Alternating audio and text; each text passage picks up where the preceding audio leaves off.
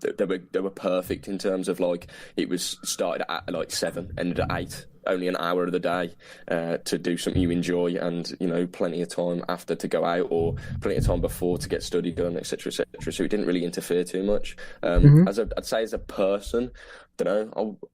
I'd say I'd say it's definitely changed me because it's allowed me to meet new people, kind of thing, and I would say it's definitely helped social skills a bit, I say, because obviously you're talking to different people and you're talking to people you don't know, especially if like you're in a regiment and you're like a high NCO or something like that.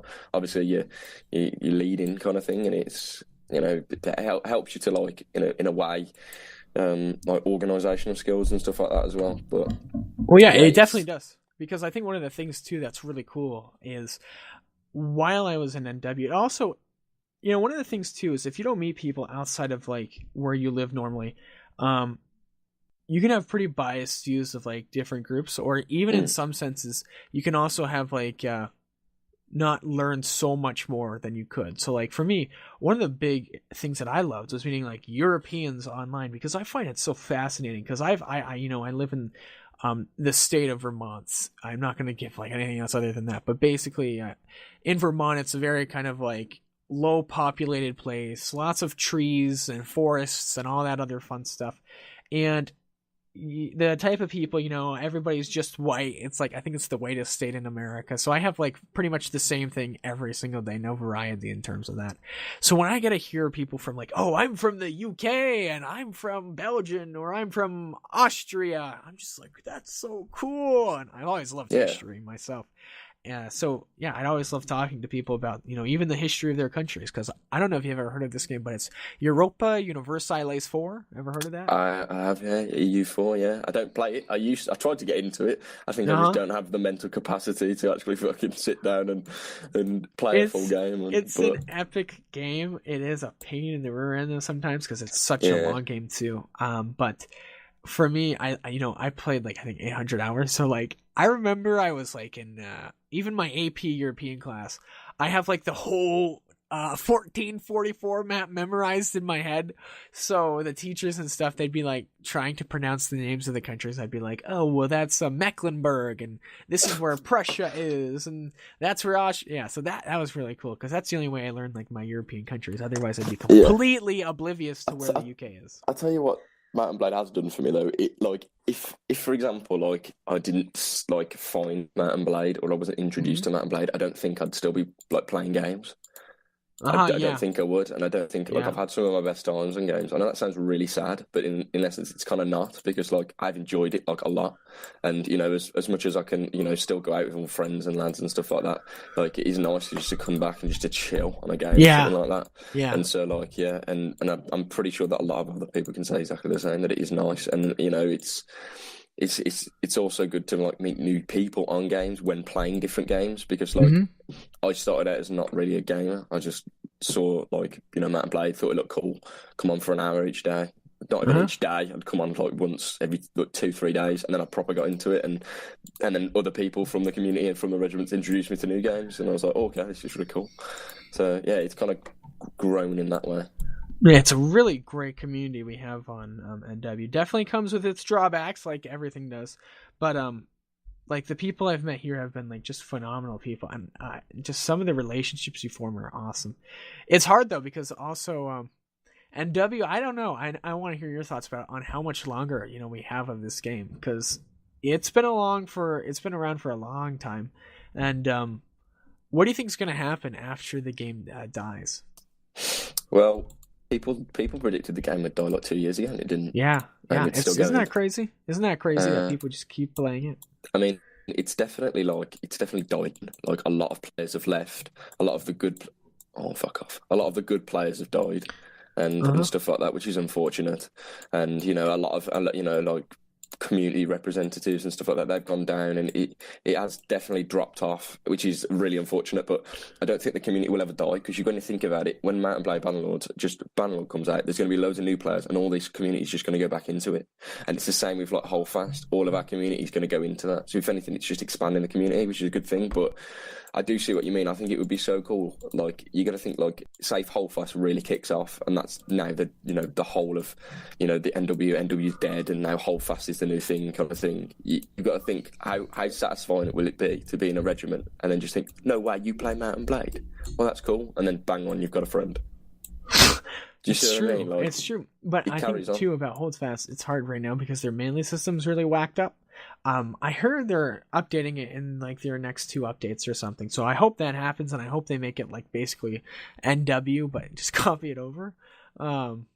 Obviously it won't be as similar, but if it is similar in that way, like if the attacking's proper and stuff, that would be awesome. Because I think NW's combat system is, I think I've heard this somewhere before, but it's easy to learn but hard to master. Would you agree with that? I'd agree with that. Yeah, 100%. Yeah, it's so, like, everything in the game, there's just so much you can learn and to know. But it's not really like, you can know every like thing in the game, but it's the mastery of those things, right? So like, I think when you think about it, say if like somebody new to the game completely come up, they think, oh, all you got to do is block up or down, easy. It's so much more than that. Like, oh yeah, oh my gosh, yeah. When you think about it, somebody might just think, oh, all you got to do is just, well, for example, don't know if people know, I use movement keys. All you got to do is press down or up, easy. Or all you got to do is put your mouse up or down, easy. I can do that. That's easy. I'll be the best player in the game. It's really not that simple. Like, there's so much more to it. Like, you know, I'm not going to list it all because we'd be here for ages. Hey, okay, let's go over it. I want to do it anyways. There's range. You know, you got to be careful about the foot lancing and the range of the opponents. You got to make sure your footwork's down because you can get sidestepped if you're not. There is auto blocking, which is you hold your left mouse and then tap your block. I mean, there is chambering. There's block chambering. There's stun chambers. There's feint chambers. There's kicking. There's so much to know and to learn in NW and to master. And that's really interesting. So now I want to bring it more onto like your competitive history. So what have you done in terms of like competitions, and have you won any competitions there? Won any competitions? Close to a lot of competitions. It depends who I've played with, kind of thing. Because I used to be part of like a group fighting team called Pussy, and that was like my main team, kind of thing. Like, I'd formed teams in the past, but that'd be like my main team with all my friends and stuff like that.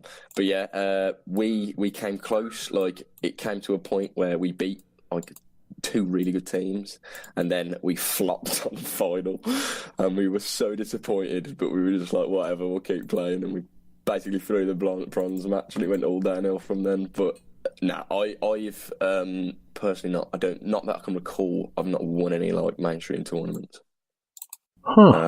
Which is, yeah. So I'm hoping this year, England fucking win it this year. We did amazing last year, so I'm hoping we do just as good this year, if not hopefully better. So, what about yourself? For what I've won, well, for me, I won the title with my regiment. It was North American Napoleonic Wars League, and basically we won the League 2 of that. And we had an epic match with the 41st with Jakester, and they aid me twice, and it was a 6-4 victory, and that was really satisfying. The other thing that I was able to take hold of and achieve was what was it? I had a 4v4 tournament with, I think, Nicole, Dodge, Jax, and I think there was one other player on our team. Sorry, I can't remember your name. And basically we beat, like, I think Russian Furious team, which was Waste, Russian, Raphael, and, like, one other player. And that was an insane match that we were able to pull off. And I think there might have been one other thing I've won. But other than that, a dueling tournament once. I won a weekly duel tournament. Other than that, though, I really haven't had as much as an opportunity, because unfortunately, like, it's only been of recent since I've got, like, I'd say really good at the game. And then also too, NW doesn't really host that many tournaments for NA. Like, they do, but not a lot. And that's generally where I've come from in terms of like competitiveness. But I think comp games are just really addictive because it's really high intensity and it always gets my heart rate up. And I think that's one of my favorite parts about it. Because, like, one of the things I'm picking up now is I'm trying to learn keyboard. Not like keyboard like this, but like keyboard like a piano keyboard. And so one of the things about that is, you know, it's not going to be like super intense. It's more like a pleasuring thing. It's not like, yeah, rock on, woohoo! I'm not going to be like jamming out. Like, maybe I can. Who knows? I haven't mastered it yet, but I definitely think the feeling that NW gives you is kind of unique. I think it's definitely something like, especially at those clutch moments, you know, like when you're in a 1v1 duel and like your whole team's watching. You've ever been in that? Yeah. Yeah. Tell me about that. Tell me about that. Oh man. You got something off the top of your head? I was mainly I put myself in mid or was put in mid was because I like to think I was a good jeweler, and that was the main reason I was put mid, because like I could hold the person in mid, if not kill them, and then go and help the flanks. I've been in a lot of scenarios where like we've gotten to like the whole team's died, and I've been on my own, you know, like a 2v1 or a 1v1, and it's the most intense thing you can ever feel. I know. Everybody's watching you, and it's horrible. Unfortunately, I've never had. I don't think, not that I ever can recall in a tournament where I've died embarrassingly. I've either died to an extremely good player or I've beaten them, which I'm happy with. I can't recall embarrassingly dying to someone. Well, I can tell you, the most intense one for me was TNWL, and this was insane. It was the most insane thing in my life. And basically it was me versus Lady Moraine, and Lady Moraine had a sword, and I've never played like native like at all. And my only experience with swords came from like NW, and I had like maybe over 1,000 hours at this point, not 2,000 yet. And it was me versus him, and he goes in, he's like trying to stab me in, and I'm going with my bayonet. And then basically how it ended up being was the score was like, imagine this, like 5-5, right? And it was tied. We went into like overtime. It was the closest one in TNWL, like the second season for League 2. Or even for in general, they never did an overtime until later for the second match that was played in League 1. They actually had an overtime with 71st versus 50 AD. And so basically what happened was I was able to pull the clutch off of Moraine and kill him, and everyone just erupted. They were like, oh my gosh, he clutched it. And I was so happy. It was it was so gratifying to just, stomp him, because it turns out at the time the score was like, I think 5-3. But if we lost that, they would have won another round, and that would have been a round that, if everything played out other than that, they would have won the match and we would have lost, and that would have been so sad. So it was, I think, the most intense duel of my life. And I've had intense duels, but that was crazy. Other than the time that I fought like an EU player in a 1v1 on an EU server. It was when I was with the 12th with the Irish, actually, and it was versus the other regiment. I think his name was like Krieger or something like that. I don't know how to pronounce it, but he had like 12 ping and I had like my 120 ping, and I'm like, I killed him, and I was like freaking out. He was like top of the leaderboard. I'm just like here with my 5-5 KD, but my clutching skills came in hard, so that made me happy. I think it's also like, this is completely off topic. But we're already off topic, so don't worry. I've always thought it's actually amazing. Not the fact to see like you progress when you're playing group fight, but to see other people progress.